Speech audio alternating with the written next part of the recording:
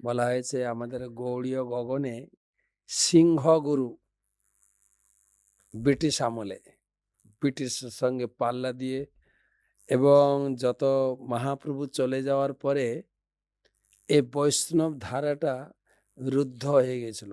আউল বাউল কর্তা ভজা সাই দরবেশাই 13টা অপসম্প্রদায়ে পুরো ভরে গেছিল। ছিল ভক্তিবিনোদ ঠাকুর মহাশয়, তিনি এই ভগবত ভক্তির মহাপ্রভুর যে অমীয় ধারা, ভগবত ভক্তির ভক্তি গঙ্গাকে তিনি পুনঃ প্রবর্তন করেছেন। তিনি বৈদিক শাস্ত্রের সমস্ত সার গ্রন্থ তিনি সংকলন করে বাংলা ভাষায়। ছিল ভক্তি বিনোদ ঠাকুর মহাশয় ব্রিটিশ আমলের তিনি ছিলেন একজন বড় পদাধিকারী। তিনি ছিলেন ডিএম, ডেপুটি ম্যাজিস্ট্রেট। আপনি ইতিহাসে দেখবেন কেদারনাথ দত্ত তখনকার দিনের ব্রিটিশদের মানে বাঙালিদের সর্বোচ্চ পদে অধিষ্ঠিত ছিলেন। এবং প্রথমের দিকে তিনিও এই বৈষ্ণব ধারা নিয়ে তারও মনে কিছুটা সন্দেহের বাসা বেঁধেছিল। কিরকম সবাই আউল বাউল, বিশেষ করে অপসম্প্রদায়, সাধু, তার আবার কয়েকটা সেবাদাসী, এই নিয়ে বৈষ্ণব ধর্ম। পরে তিনি খুঁজছিলেন যে আমি যদি চৈতন্য মহাপুর জীবনী চৈতন্য চরিতামৃত পাই, তাহলে আমি আসল চৈতন্য মহাপুর শিক্ষাটাকে আমি দেখতে চাই, পড়তে চাই, জানতে চাই। তো তিনি দীর্ঘ কয়েক মাস তার প্রচেষ্টার ফলে তিনি এই চৈতন্য চরিতামৃত হাতে পেয়েছিলেন এবং তিনি চৈতন্য চরিতামৃত পড়ে দেখলেন, আরে মহাপ্রভুর যে মহাবদান্য অবতার, জগতের যে দান, বৈষ্ণব ধারা কত শুদ্ধ নিষ্কলুষ।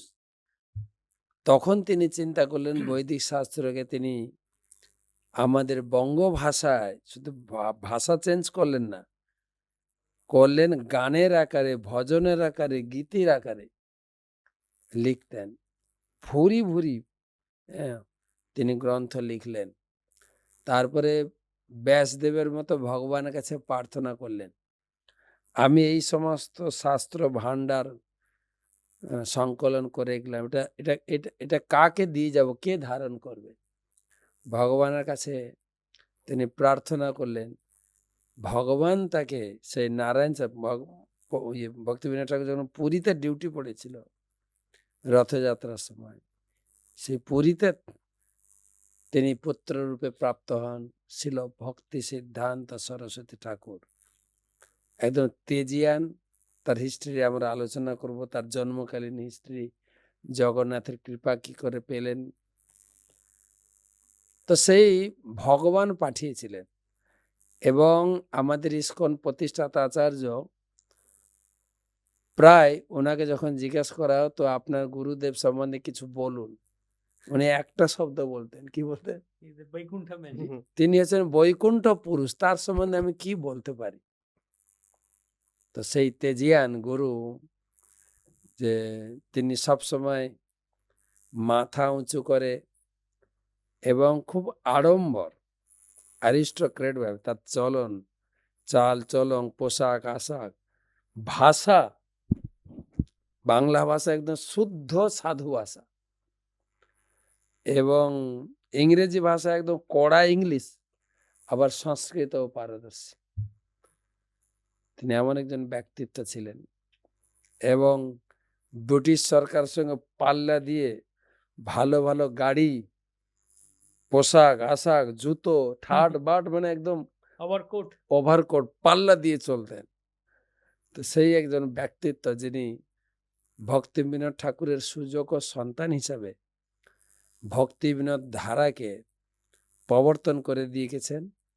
আজকে যে গৌড়ীয় গগনে যত কিছু প্রচার, সাধু সন্ত, সেই পরিবারের মূল কর্তা হচ্ছেন ছিল ভক্তি সিদ্ধান্ত সরস্বতী ঠাকুর, সারস্বত পরিবার। আমাদের মায়াপুরে একটা সমস্ত গৌড়ীয় মঠ, ইস্কন, প্রত্যেকের এই মন্দির অধ্যক্ষদের নিয়ে একটা কমিটি আছে, যেটা বলে সারস্বত পরিবার, গৌড়ীয় সারস্বত পরিবার।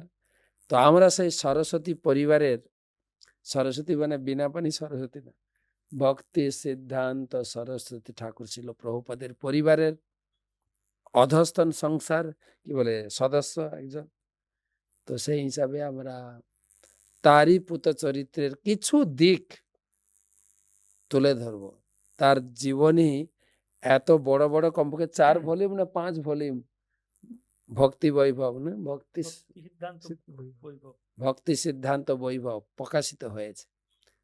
কিছুটা দিক দর্শন করব, কেননা আগামীকাল তার তিরোভাব উৎসব পালিত হবে।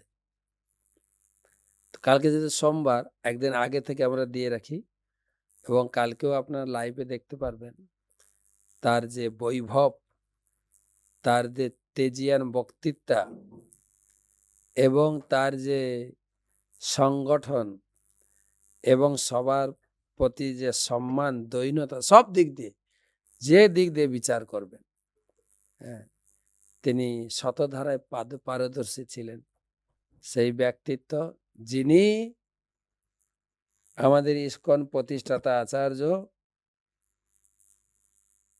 হিজ ডিভাইন গেস এসি ভক্তি বেদান্ত স্বামী ছিল প্রভুপাদকে প্রথম সাক্ষাতেই আদেশ করেছিলেন, তোমরা শিক্ষিত যুবক ছেলে এই ভারতের গণ্ডির বাইরে কেন চৈতন্যদেবের প্রেমের বাণী প্রচার করছো না? সেই সম্বন্ধে আসবো। অর্থাৎ বলতে গেলেই ইস্কন প্রতিষ্ঠাতা আচার্যের হৃদয়ে এই ইস্কনের বীজ উনি বপন করেছিলেন।